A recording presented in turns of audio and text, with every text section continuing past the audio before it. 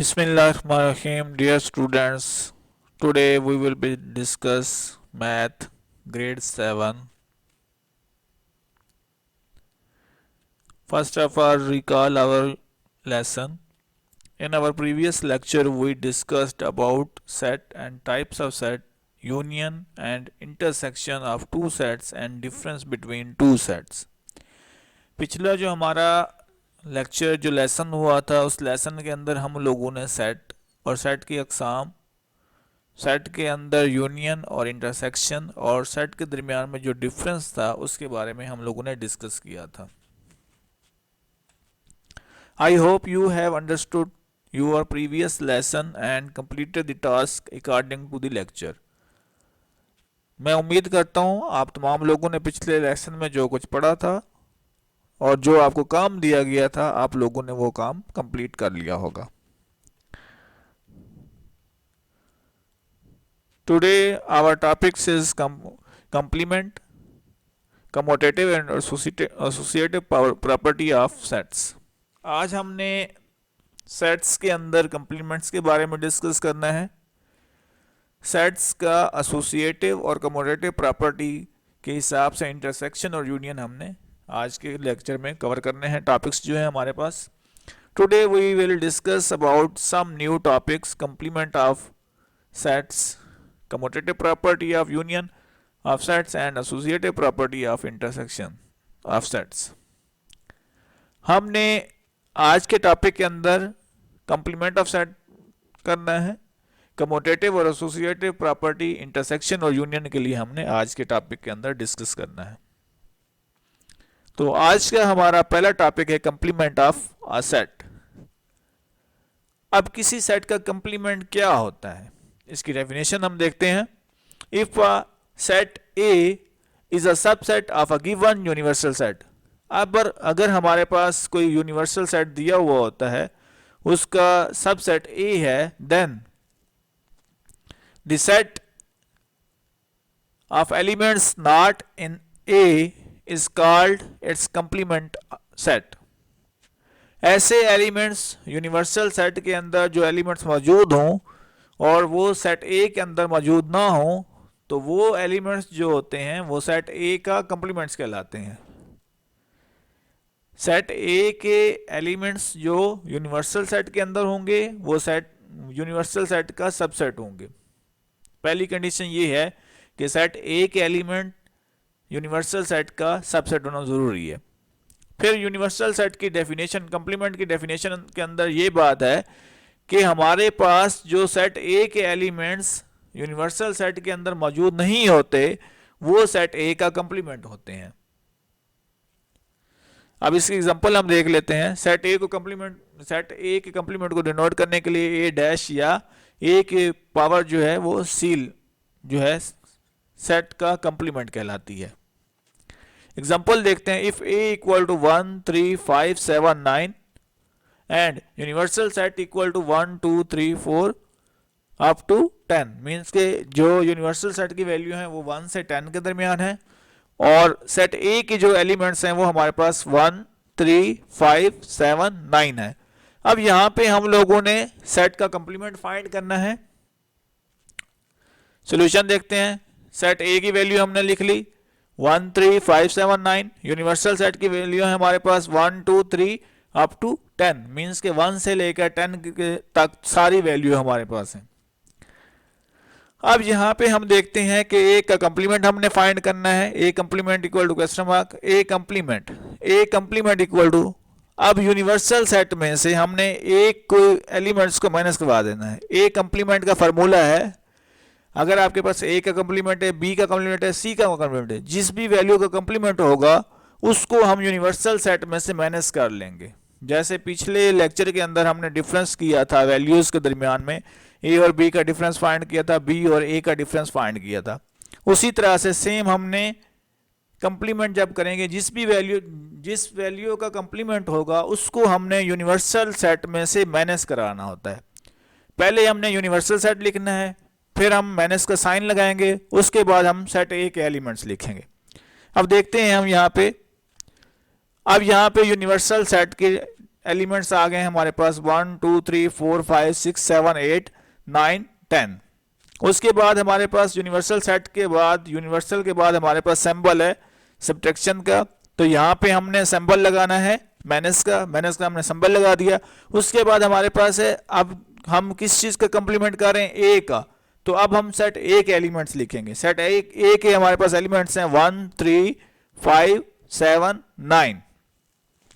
अब डिफरेंस के अंदर हमने ये बात की थी कि आपके पास जो सेट सब्ट्रैक्शन से पहले होगा उस सेट के एलिमेंट्स और सब्ट्रैक्शन के बाद वाले सेट के अंदर जो सेम एलिमेंट्स होंगे वो सब्ट्रैक्ट हो जाएंगे। अब सेम एलिमेंट एक दूसरे से कैंसिल हो जाएंगे। जैसे 1 सेट यूनिवर्सल सेट के अंदर भी है, ए के अंदर भी है। 3 यूनिवर्सल सेट के अंदर भी है, ए के अंदर भी है।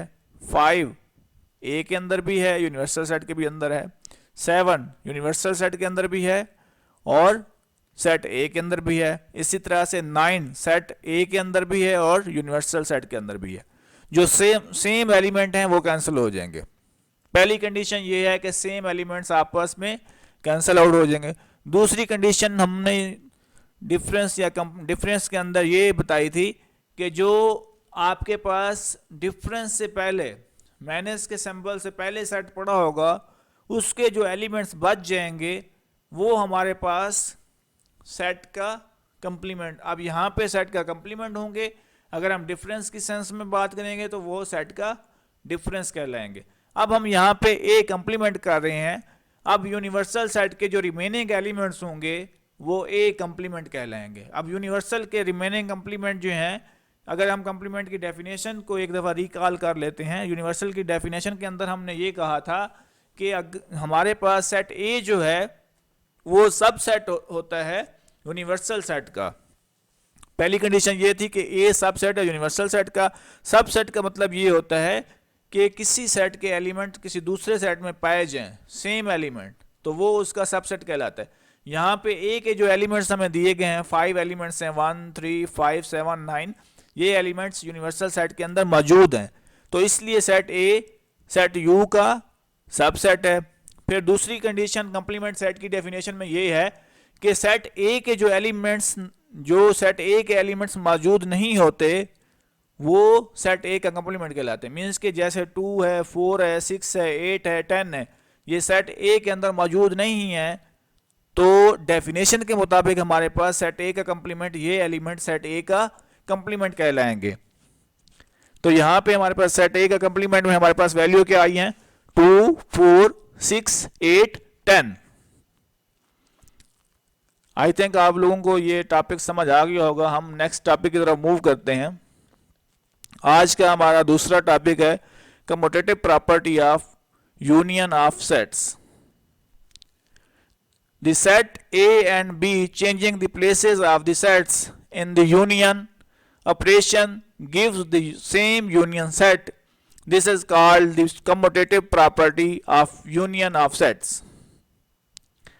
यहाँ पे हमें ये कहा गया है कि हमारे पास दो सेट्स होते हैं A और B। अगर हम यूनियन के सिंबल को इस्तेमाल करते हुए A और B की जगह चेंज कर देते हैं, यूनियन के सिंबल को इस्तेमाल करते हुए, यूनियन ऑपरेशन का मतलब है जो यूनियन का हमें सिंबल दिया गया होता है उस सिंबल को इस्तेमाल करते हुए हम ए और बी की जगह को अगर चेंज करते हैं, ए और बी की जगह को चेंज करने से जब हम यूनियन परफॉर्म करवाते हैं, उन दो सेट्स का यूनियन निकालते हैं, तो दोनों सेट्स का यूनियन जो है अगर एक जैसा आता है तो वो सेट्स जो होते हैं commutative property of union of set कहलाते हैं। Similarly A union B produce same set as B union A. अब यहां पे पहले ही हमारे पास ए यूनियन बी है, फिर हमने ए और बी की प्लेसेस जो हैं ऑपरेशन यूनियन का इस्तेमाल कर रहे हैं, उन ए और बी की जगह चेंज करके हमने लिखा है उसको बी यूनियन ए।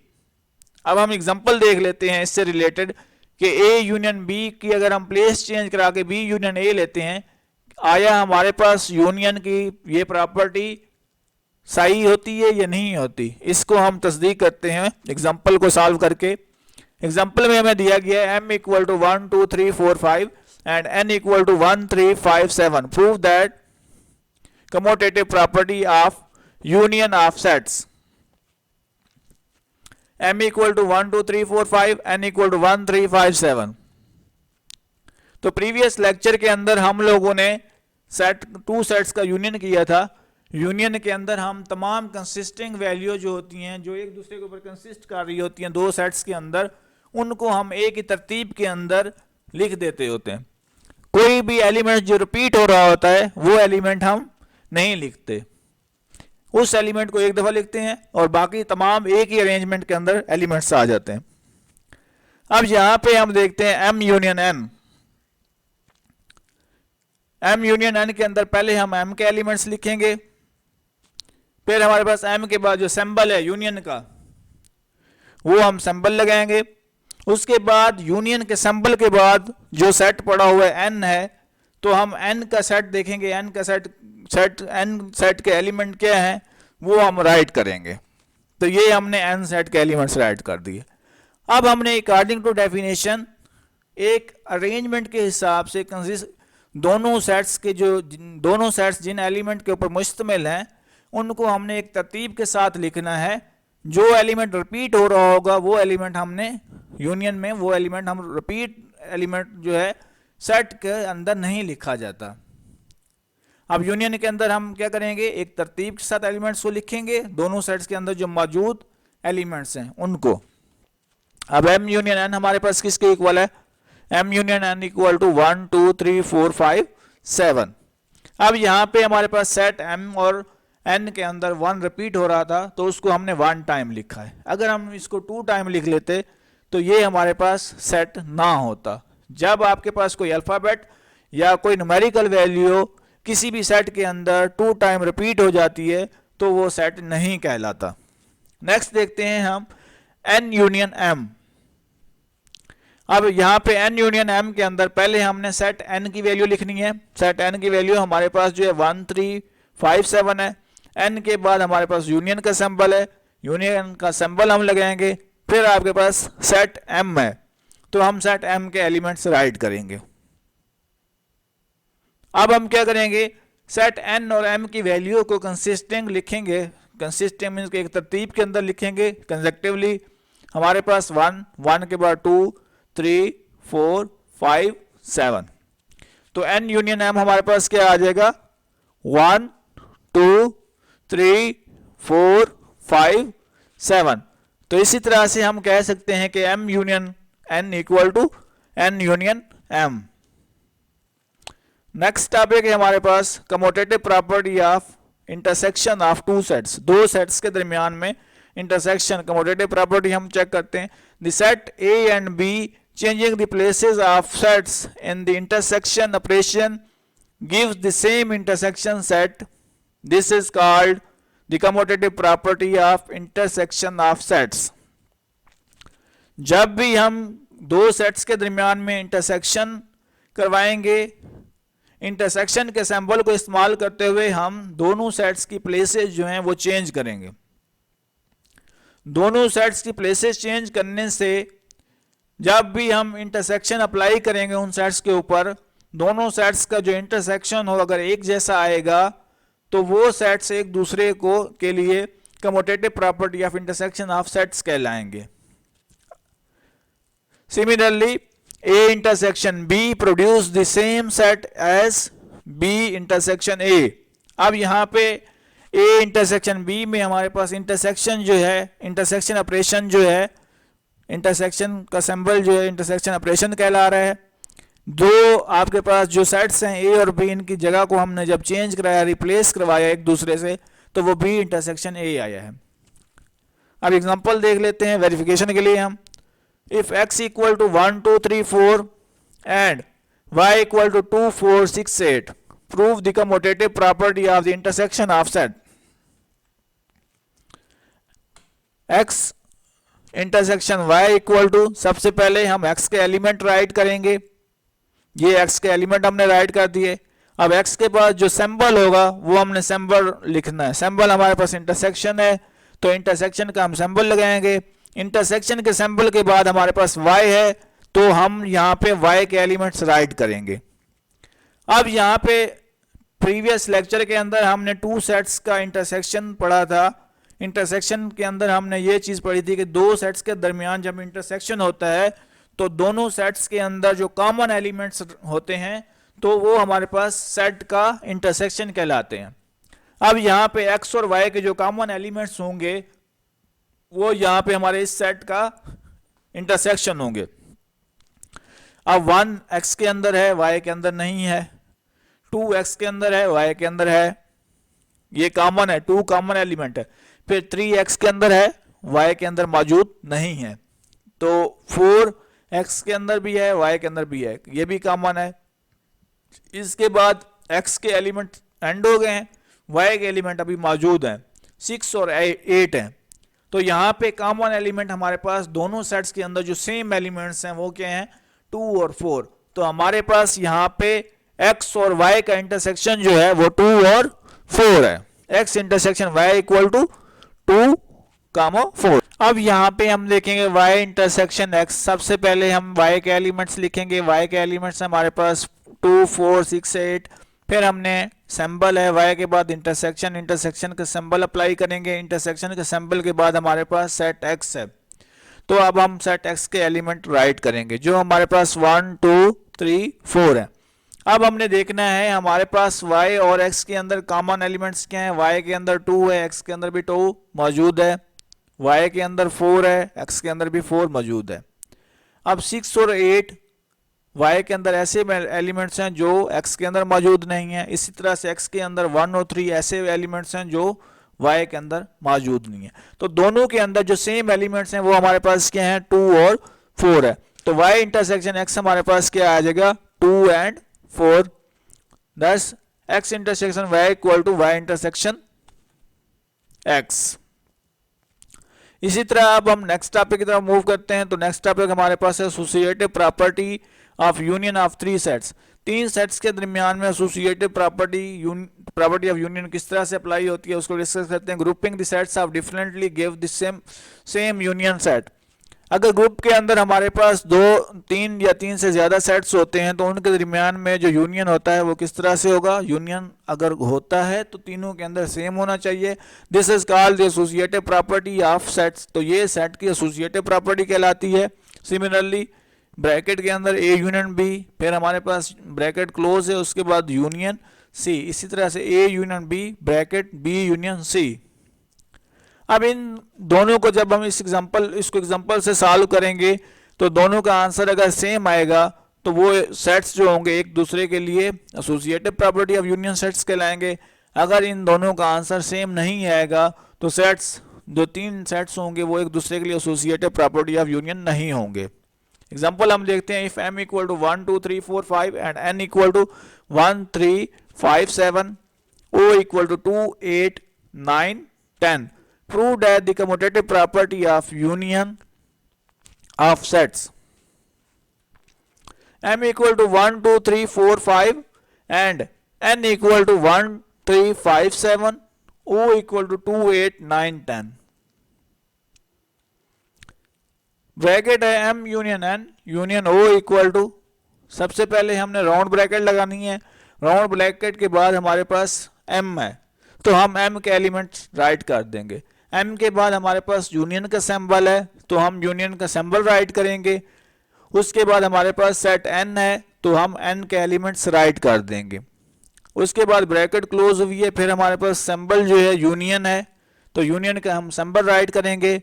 उसके बाद यूनियन के सिंबल के बाद हमारे पास o है तो हम सेट o के एलिमेंट्स राइट कर देंगे। यहाँ पे सबसे पहले हम राउंड ब्रैकेट को सॉल्व करेंगे। राउंड ब्रैकेट में हमारे पास m और n दो सेट्स के दरमियान यूनियन हो जा रहा है। लास्ट में तीसरा जो हमारे पास सेट है वो एज इट एज सिंबल के साथ हमने उसके एलिमेंट्स को वैसे ही लिख देना है। तो सबसे पहले हमने राउंड ब्रैकेट के अंदर जो एलिमेंट्स होंगे उनका यूनियन फाइंड करना है।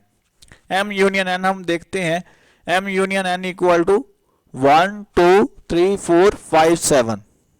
अब यहाँ पे यूनियन हमने करके लिख दी है वैल्यूज के दरमियान में। इसके बाद हमने यूनियन o का सिंबल यूनियन मतलब कि ब्रैकेट के बाद हमारे पास यूनियन का सिंबल है, तो यूनियन का सिंबल लगाएंगे हम। इसके बाद सेट ओ के एलिमेंट्स हम राइट करेंगे 2, 8, 9, 10। अब दोबारा हमने इन वैल्यूज के दरमियान में यूनियन करवाना है, तो सेम जैसे हमने पीछे 2 सेट्स का यूनियन किया था, 3 सेट्स में भी इसी तरह से है। सबसे पहले राउंड ब्रैकेट सॉल्व होती है, उसका जो आंसर आता है उसको हम थर्ड सेट के साथ देखेंगे। अब पहले 2 सेट्स का हमारे पास आंसर 1, 2, 3, 4, 5, 7 आया है। आखिरी जो एलिमेंट्स हमारे पास रह गया था वो जो था सेट, उसके जो एलिमेंट्स हैं उनके दरमियान अब हम इसको यूनियन फाइंड करेंगे। M union N union O equal to 1, 2, 3, 4, 5, 7, 8, 9, 10। तो ये सेट्स के दरमियान में यूनियन आ गया। इसी तरह से इसकी हम राइट हैंड साइड फाइंड करेंगे, M union bracket N union O। अब यहाँ पे हम सबसे पहले M के एलिमेंट्स लिख देंगे, उसके बाद यूनियन का सिंबल हम राइट करेंगे, उसके बाद हम राउंड ब्रैकेट लगा लेंगे। राउंड ब्रैकेट लगाते ही हमने M के N के एलिमेंट्स लिखने हैं, फिर यूनियन का सिंबल है, फिर हमने O के एलिमेंट्स राइट करने हैं।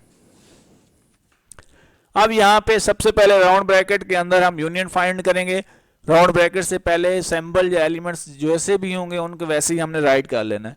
पहले हम M के एलिमेंट्स लिखेंगे, यूनियन का सिंबल लगाएंगे। अब N और O के दरमियान जो यूनियन होगा वो हम राइट कर देंगे। अब हमने देखना है जो वैल्यू हमारे पास हैं, अब इन वैल्यूज के दरमियान में हमने यूनियन फाइंड करना है। इन वैल्यूज के दरमियान यूनियन हमारे पास 1, 2, 3, 4, 5, 7, 8, 9, 10 आ गया। तो दोनों हमारे पास यूनियन जो है सेम है। So M bracket M union O, M union N union O equal to M bracket N union O। तो दोनों साइड्स हमारे पास इक्वल है। तो हम नेक्स्ट टॉपिक की तरफ मूव करते हैं। तो associative property of intersection of 3 sets, grouping the sets differently gives the same intersection set. This is called the associative property of intersection of sets. मुख्तलिफ ग्रुप की शक्ल में हमारे पास सेट्स हों लेकिन वो एक जैसा इंटरसेक्शन दे रहे हों, तो वो सेट्स जो होते हैं associative property intersection of sets कहला रहे होते हैं।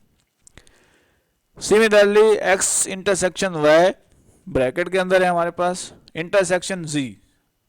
इसी तरह से राइट हैंड साइड इसकी है x इंटरसेक्शन, राउंड ब्रैकेट हम स्टार्ट करेंगे y इंटरसेक्शन z। तो यहाँ पे हम x, y और z के दरमियान में associative property of intersection of sets find करेंगे। x 1, 2, 3, 4, y 2, 4, 6, 8 और z की वैल्यू हमारे पास 2, 3, 4, 5। तो हमारे पास जो प्रॉपर्टी है उसमें हमारे पास राउंड ब्रैकेट है x इंटरसेक्शन y, फिर इंटरसेक्शन है राउंड ब्रैकेट के बाद z। सबसे पहले हम राउंड ब्रैकेट लगा लेंगे, उसके बाद हमारे पास x है तो हम x के एलिमेंट राइट कर लेंगे 1, 2, 3, 4, फिर इंटरसेक्शन का सिंबल लगाएंगे, फिर हमारे पास y के एलिमेंट्स हैं 2, 4, 6, 8। राउंड ब्रैकेट क्लोज हो जाएगी। उसके बाद हमने इंटरसेक्शन का सिंबल लगाना है, इंटरसेक्शन का सिंबल लगाते ही हम z के एलिमेंट्स राइट कर लेंगे। अब सबसे पहले जिस तरह हमने यूनियन के अंदर राउंड ब्रैकेट को सॉल्व किया था, तो इंटरसेक्शन में भी हम सबसे पहले राउंड ब्रैकेट सॉल्व करेंगे। इंटरसेक्शन के अंदर 2 सेट्स के दरमियान जो कॉमन एलिमेंट्स होते हैं वो राइट होते हैं। तो x इंटरसेक्शन y हम देखते हैं, यहाँ पे x और y के अंदर 2 और 4 कॉमन एलिमेंट्स हैं, 1 और 3 जो है वो अनकॉमन है। इसी तरह से y के अंदर 6 और 8 जो है वो अनकॉमन है, सेम एलिमेंट्स 2 और 4 थे। इसके बाद इंटरसेक्शन का एलिमेंट सिंबल लगाएंगे, उसके बाद हम z के एलिमेंट्स राइट कर देंगे। सेम इसी तरह से हमने इन 2 सेट्स के दरमियान में इंटरसेक्शन करना है, जो कॉमन एलिमेंट्स होंगे वो हम राइट कर लेंगे। तो यहाँ पे कॉमन एलिमेंट्स हमारे पास 2 और 4 है। इसी तरह से हमारे पास x intersection round bracket y intersection z है। सबसे पहले हम x के एलिमेंट्स राइट कर लेंगे, x के बाद जो सिंबल होगा वो सिंबल हम राइट करेंगे। सिंबल हमारे पास है इंटरसेक्शन, तो यहाँ पे हम राउंड ब्रैकेट लगाएंगे, y इंटरसेक्शन z, y के एलिमेंट्स लिखेंगे, फिर हम सिंबल इस्तेमाल करेंगे, z इंटरसेक्शन का सिंबल आएगा, उसके बाद z के एलिमेंट्स आ जाएंगे। सबसे पहले राउंड ब्रैकेट हमारे पास सॉल्व होगी। राउंड ब्रैकेट में हमारे पास कॉमन एलिमेंट्स क्या आ जाएंगे, 2 और 4। अब हमने x और 2 और 4 में देखना है कॉमन एलिमेंट्स हमारे पास क्या हैं, 2 और 4। thus x intersection y intersection z equal to x intersection round bracket y intersection z। तो ये दोनों साइड्स आपस में इक्वल आ गई हैं, तो ये सेट्स जो हैं एक दूसरे के associative property of intersection of set कहलाएंगे। इन तमाम कंसेप्ट्स को मद्देनज़र रखते हुए आप लोगों ने काम करना है, होमवर्क आप लोगों को दिया गया है, प्रैक्टिस करनी है। एक्सरसाइज में से क्वेश्चन है, क्वेश्चन नंबर 6 का पार्ट 7, 8, 9 और 10 ये कंप्लीमेंट के क्वेश्चन हैं, और क्वेश्चन नंबर 7 के जो पार्ट्स हैं 5, 6, 7, 8 ये भी कंप्लीमेंट से रिलेटेड है, कंप्लीमेंट के क्वेश्चन है। इसी तरह से क्वेश्चन नंबर 10 ये कंप्लीमेंट के क्वेश्चन है। 11 और 12 जो हैं इसमें एसोसिएटिव और कम्यूटेटिव प्रॉपर्टी को आपने कम्यूटेटिव की प्रॉपर्टी के जो रूल्स हैं उनको फॉलो करके इन क्वेश्चन को सॉल्व करना है। इसके बाद आपने जो ऑब्जेक्टिव दी गई है, मल्टीपल चॉइस हैं चैप्टर 1 के, वो आप लोगों ने सॉल्व करने हैं। अब आप हमें इजाज़त दीजिए। अल्लाह हाफिज़, जज़ाकुमुल्लाहु खैर।